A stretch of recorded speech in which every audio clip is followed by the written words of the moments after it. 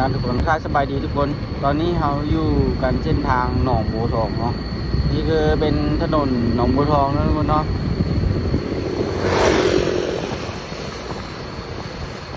หรือว่าอีกชื่อหนึ่งก็คือถนนสีทองนะทุกคนเนาะตอนนี้จะเป็นเวลา6:30เนาะรู้สึกว่าผู้คนจะยัง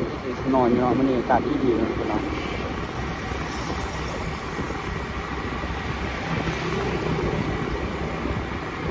หลังนี้งาม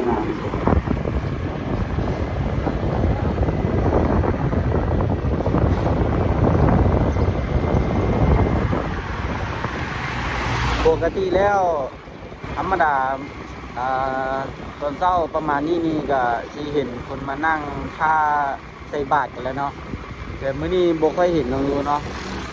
หรือว่ายังบ่ค่อยเห็นอาจจะเป็นน้ำมือคืนนี้ฝนตกแน่เนาะก็เลยว่าทุกคนอาจจะยังบ่ตื่นปกติเห็นคนนั่งแต่ละบอนแบบเนาะนี่ก็เป็นนักเรียนนักศึกษาอยู่งานทุ่งเฮืองเนาะทุ่งเฮืองโรงเรียนหนองบัวทองเนาะ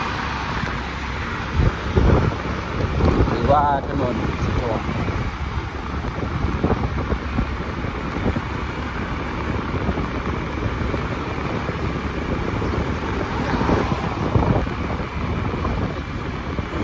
รู้สึกว่าน่าจะมีหมอกหน่อยหนึ่งนะวันนี้นะครับฟ้าครึ้มๆอากาศเย็น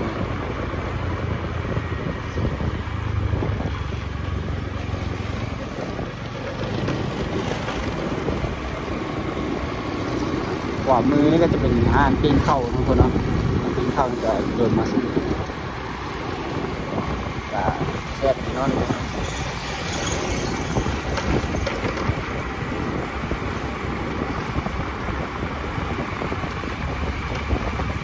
นี่ก็จะเป็นแถวห้องค่าเนาะเดี๋ยวประมาณนี้ก็จะเป็นห้องค่าแหละร้านห้องค่า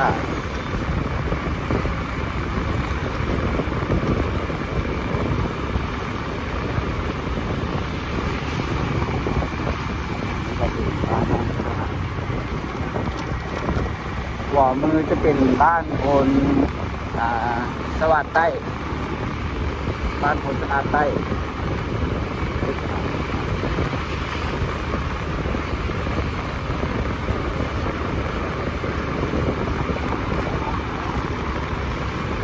คลิปวิดีโอนี้ก็จะเป็นการถ่ายบรรยากาศตามเส้นทางเนาะให้เบิ่งบรรยากาศเป็นเศร้าๆนั่นเนาะที่ว่าเศร้าปานไหนเลยผมก็ขึ้นนะเนาะ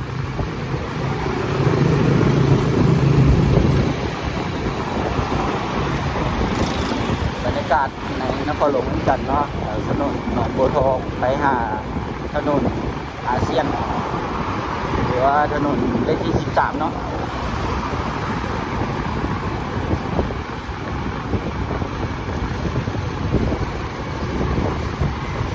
จะเป็น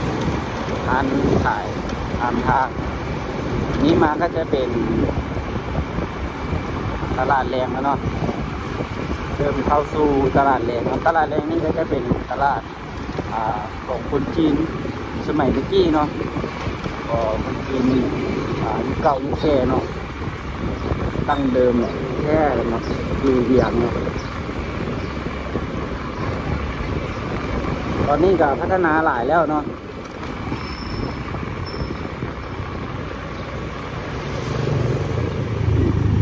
คือขวามือนี่เนาะทุกคนเนาะขาดง่ายเลยแต่พัฒนาไปหลายเติม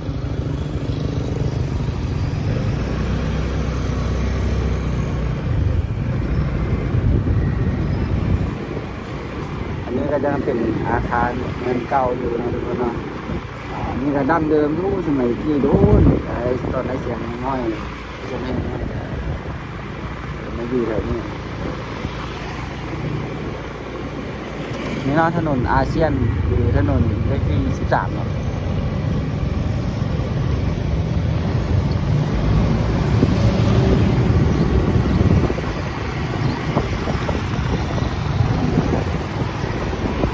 นี่ก็เป็น5 แยกเนาะบน5 แยก ทางแยกนี้ก็หลายน้องรถติดแต่เริ่มมาเส้นทางใหญ่นี่ก็เริ่มมีรถลาหลายแล้วทุกคน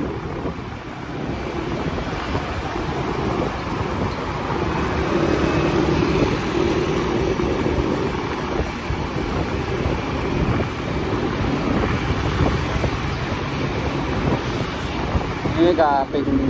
บรรยากาศบอกบ้านขัวหลวงทุกคนเนาะขัวหลวงแต่ถนนก็จะขึ้นเป็นถนนเลข13ครับบ้านขัวหลวงอันนี้ก็ปั๊มน้ำมันนี่ก็ถ้าถึงทีม JP ที่หนึ่งนะ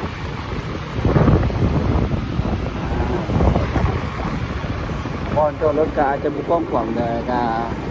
พอจอดได้เนาะช่วงคนโบราณก็บรรยากาศโอเคน้องทุกคนเนาะ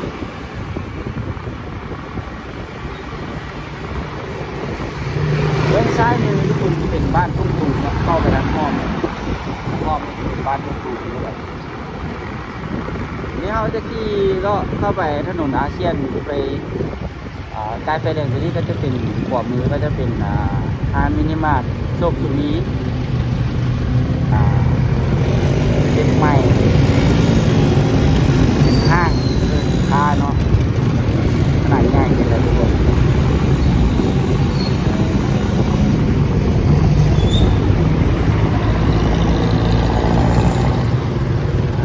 แต่เนี่ยจะเข้ามาเบิ่งเป็นบรรยากาศก็จะเป็นประมาณนี้จะเป็นบนจอดรถนี่อาคารตัวนี้แบบ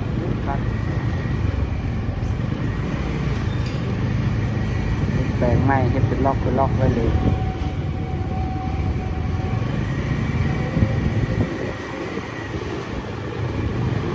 ตอนนี้ก็ยังเศร้าโคตรหลายห้างก็ยังบ่ทันได้เปิดนะทุกคนอาจจะเป็น8 โมงนี่แหละ8 โมง8 โมงครึ่งนี่แหละ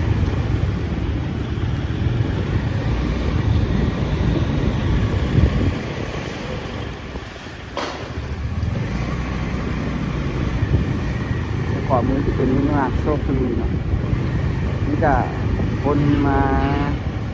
ชื่อหนาแน่นเลยแล้วชื่อให้ก็มาชื่อตลอดน้องชื่อเจ้าอยู่นะคนร้ายล่ะ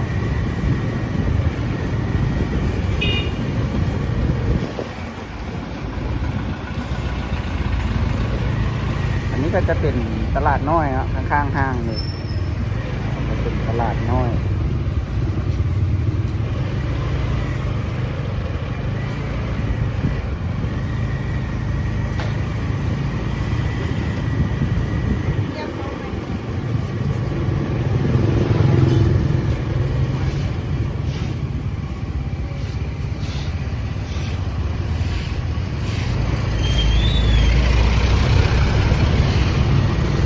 นี่ก็จะเป็นโรงเรียน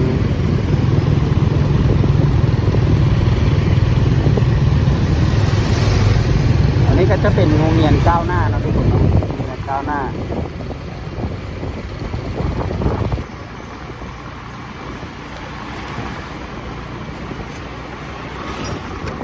วันนี้เราเข้ามาในห้องเนาะถัดจากถนนเลข13เนาะมันอยู่ในห้องนะตรงนี้ก็จะเป็นบ้านสีสวัสดิ์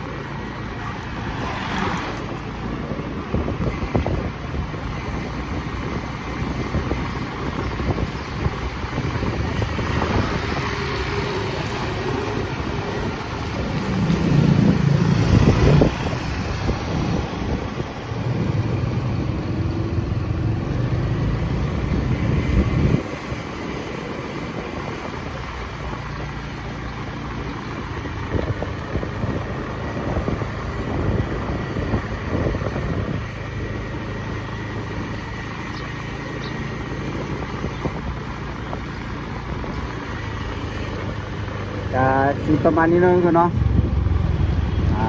เอามาสถานที่กันที่จบการถ่ายคลิปวิดีโอเพียงแค่คำนี้นะคุณนะอย่าลืมฝากกดติดตามกดซับสไครต์กดไลค์เพื่อเป็นกำลังใจช่วยให้เด้อบ๊ายบายกด